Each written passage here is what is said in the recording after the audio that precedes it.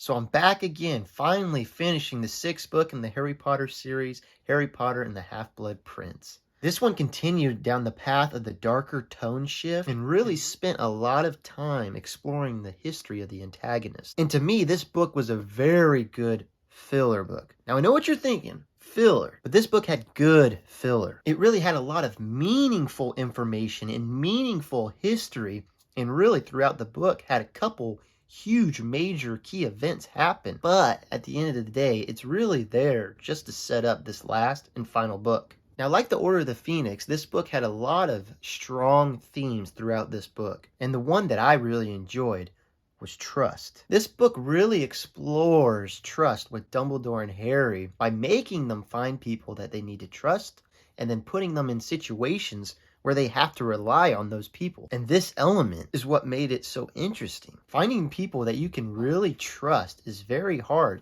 And when they break that trust, there's another element of, do you give them a second chance? Look at many of the game shows like Survivor, Big Brother, and many more where they thrive off of people making alliances, building trust, gaining trust, giving trust to other people. But then they raise the stakes and people have to make decisions. And the intrigue is, you never know what somebody's move is, if they're going to backstab somebody or whatever. And that is what this book really leaned on, especially with Dumbledore and Snape. Dumbledore put a lot of trust in Snape.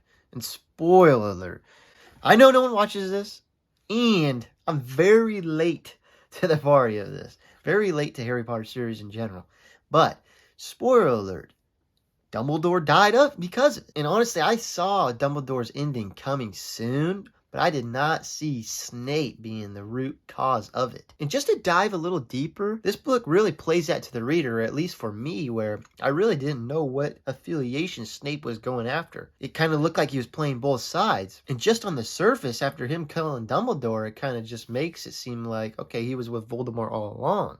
But the whole thing is strange. All the way in the beginning of the book at chapter 2, Snape makes that unbreakable vow, which was that if Draco could not do what Voldemort wanted him to do, Snape would have to do it.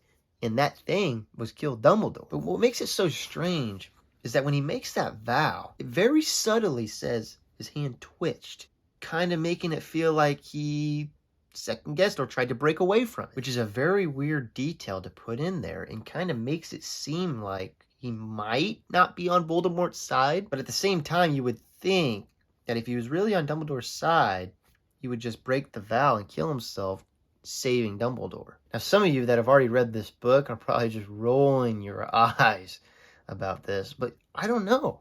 I really still think Snape might not fully be bad. Now, speaking of Draco, he really legged up in this book, and it really showed some depth. You know, he's scared for his family. He's not really fully on Voldemort's side or willing to do what Voldemort wants him to do, but he's kind of just stuck. He's scared, and you kind of feel for him. Yes, he's a very stuck up and selfish person, but he's got some depth now. It's really going to be interesting to see where this last book takes his story. Now, another thing I really enjoyed about this book, and particularly the main thing about this book, was Voldemort's backstory. Like Draco, almost giving him some depth and showing why he is the way he is, and giving leeway to the nature versus nurture debate. But overall, just gave some good information about Voldemort. Now, the one thing I was a little disappointed on about this book was the involvement of other characters. It really focused on 6-ish characters and really didn't diverge from them. And that's why I enjoyed the last book so much,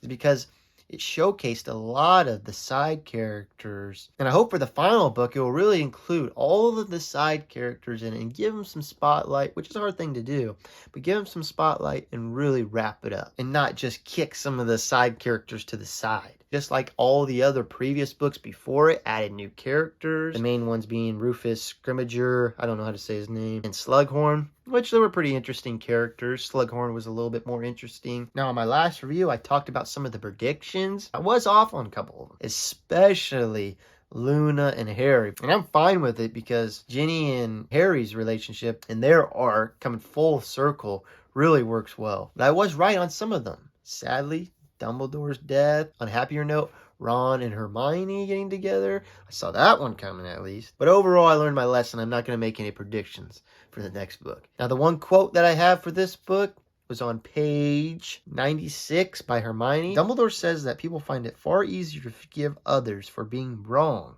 than right. And when you really think about it, it's so true.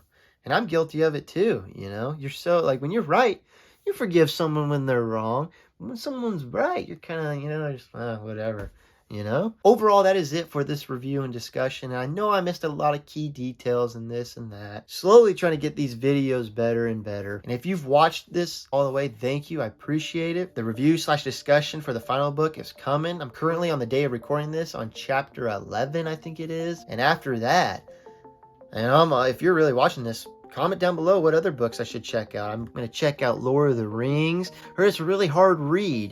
I'm going to test the waters on that one. Then I'm thinking of doing nonfiction books too, and really doing a review, but a discussion, and really passing along some of the key ideas that I found very helpful to me, and ones that I think could help other people out. So I'm wanting to do other videos too. Guys, I'm sticking with Cowboys videos and stuff. Just a little busy, but slowly trying to get some videos out there. Thank you for watching.